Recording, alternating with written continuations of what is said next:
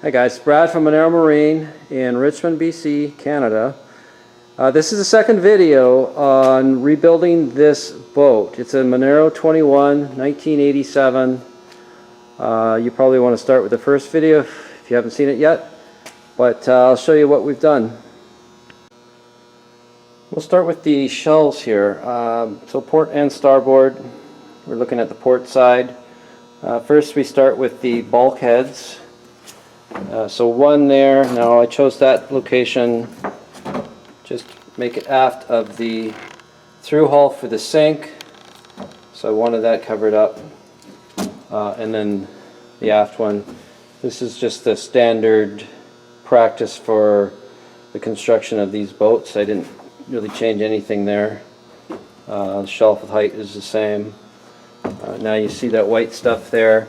Now that's core mat, so we put that where the bulkheads and the shelves go against the hull for extra reinforcement if it impacts a dock or something like that.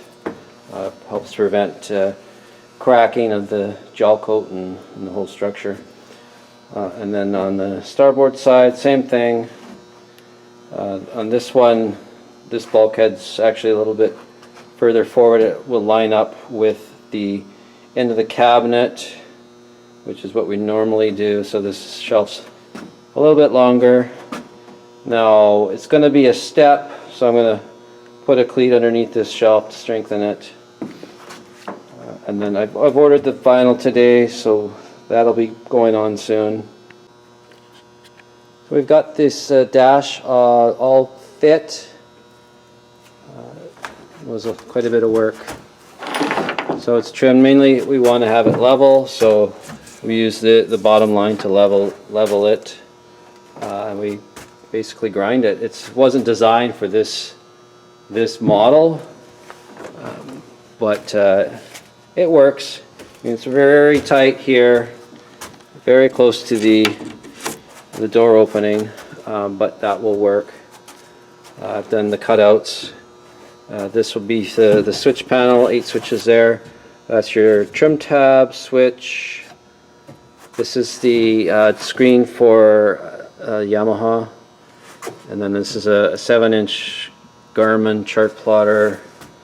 Now it's positioned so if it changes to a Merc, it'll still work. And we can also put a bigger screen, like a 9-inch, will also fit in there. And then this will be the hydraulic helm here and the VHF. These are my door jamb pieces. They're the original ones made from Teak.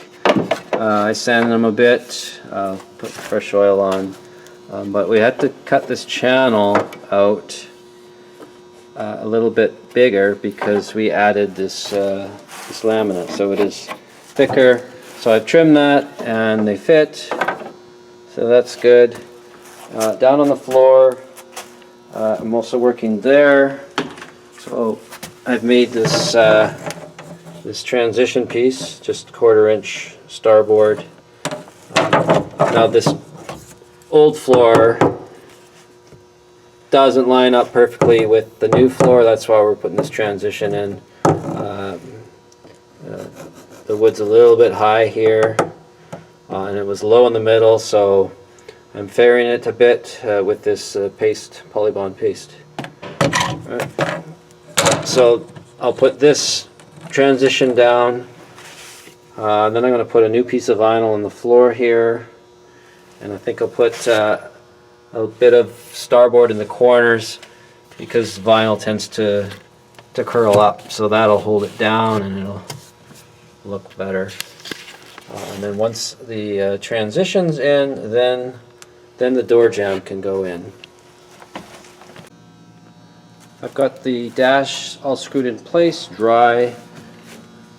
You can see in there, I pasted a block to the dash, and then I screwed it on through the inside here.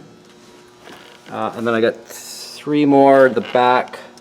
So screwing through the dash right where the windshield mounts into there, and then there's one there, and then I put 2 more into the deck There. And I put a little block in here because we had a space. So I'm going to fill this with the silicone, but just to put that in there so that'll just hold the silicone. I don't have to use as much. Now we've got, I got the door jamb all in place. I had to trim it, the slot a little bigger because we got extra thickness because of the laminate. I sanded it down, so still have to put the oil on, and then we just pin nailed it back in place. And then here's the door. So we're going to reuse the door. It was good, it just was a little warped. So we made a series of cut lines. You can see all those. This is the outside. So we cut it about halfway through, straightened it, filled it with a kind of a resin paste. That straightened it, and just sanded it smooth. So this side will have the laminate glued on that matches the color of the bulkhead. On this side, this is the inside. So I stripped it with this stuff, and it looks like new. I'll show you that. Now, what we had on the edge was this T-molding here, and didn't look so good.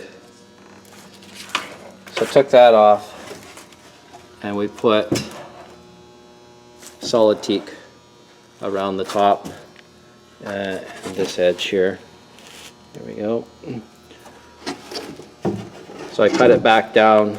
So I cut, before I put that on, I had to cut it down, so I end up with the same original thickness, or width and height. This is what I used to clean the teak. So it's a part A and part B.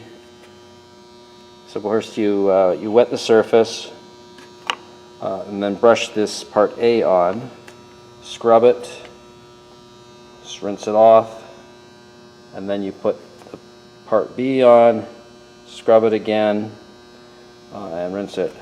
So when you put that part A on, it turns dark, and then when you put the part B on, it turns light again, and it takes kind of a layer off of the teak. And then I just finish it. Once it's dry, I just do a little sanding, and it's almost like new.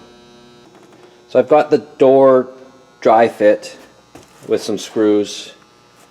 I'm using the same hinge, and it's going into the same holes. So it does fit pretty good. Sanded a little bit, but yeah, it's a good fit. It's a little thicker, of course, because we added this laminate. So I cut the door down just a little bit, and then added the teak on the top, and then on this edge, it's about an 1/8 thick. Looks great. So that stayed. I actually had to space out just a tiny bit, and I'll have to adjust the position of the catch inside.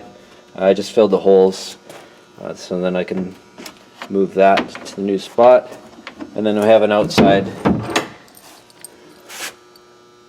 This is the old hasp, so we'll put that back on. It looks pretty decent. Here's the gas tank. We just got it in. It's 47 imperial gallons. You're looking at the bottom side. We've taped it off and sanded the bottom, and we're going to be putting epoxy to help prevent corrosion. And it's got 4 tabs. We'll be bolting into the stringers through those tabs.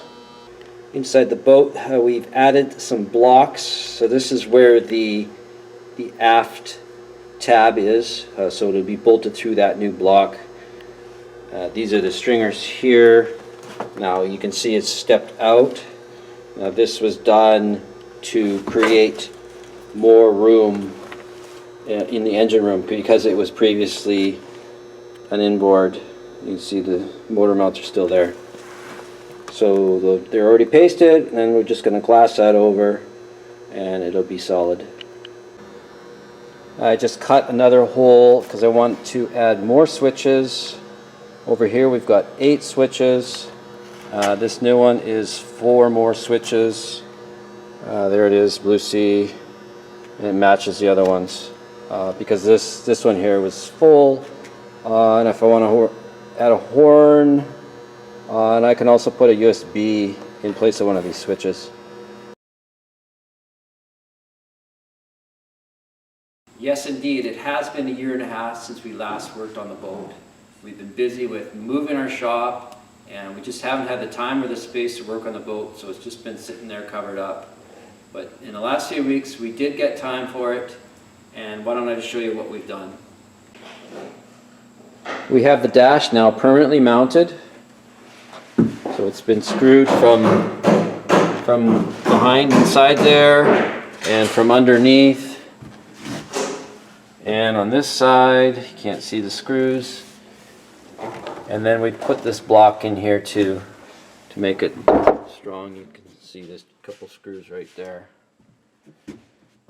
Also on the dash, we have put the helm in. And this is trim tab switch.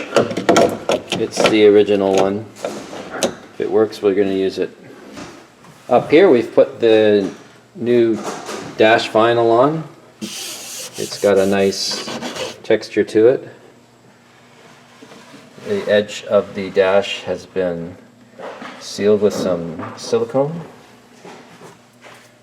We put the handrail back on. Now there's a piece of teak trim that goes here, but I've lost it, so I'll make another one.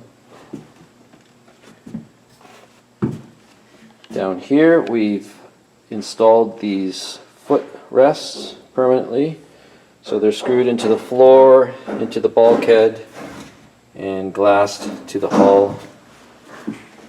And the cutouts, we put some vinyl trim on it. Starboard side, same idea. But we had to cut a hole to run the hoses for the water tank. So this green straight one, that's the fill. Up here we had to adapt from 1 1/4 inch fill to 1 1/2 inch hose. And then this other hose is the vent hose.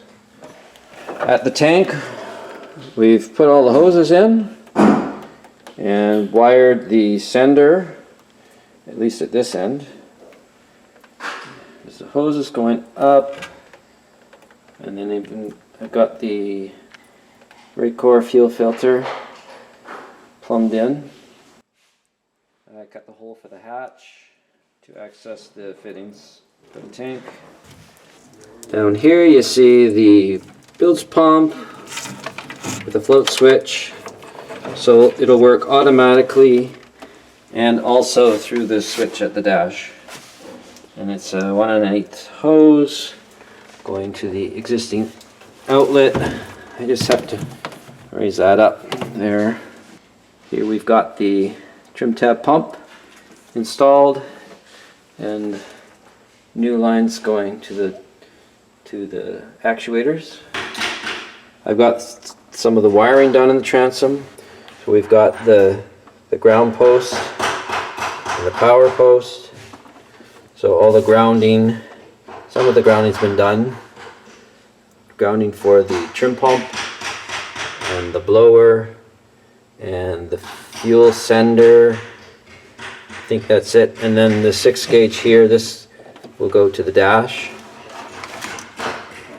And on the power side, I've just got the power 6 gauge going to the dash. At the end of the video, because we got to bundle this boat up, get it outside. We got a tent being installed tomorrow, which will expand our working space. So hopefully the boat's not going to sit there for another few more years before we can carry on.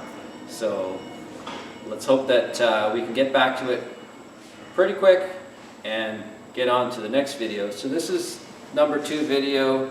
Thanks for watching, and don't forget to subscribe. Thanks.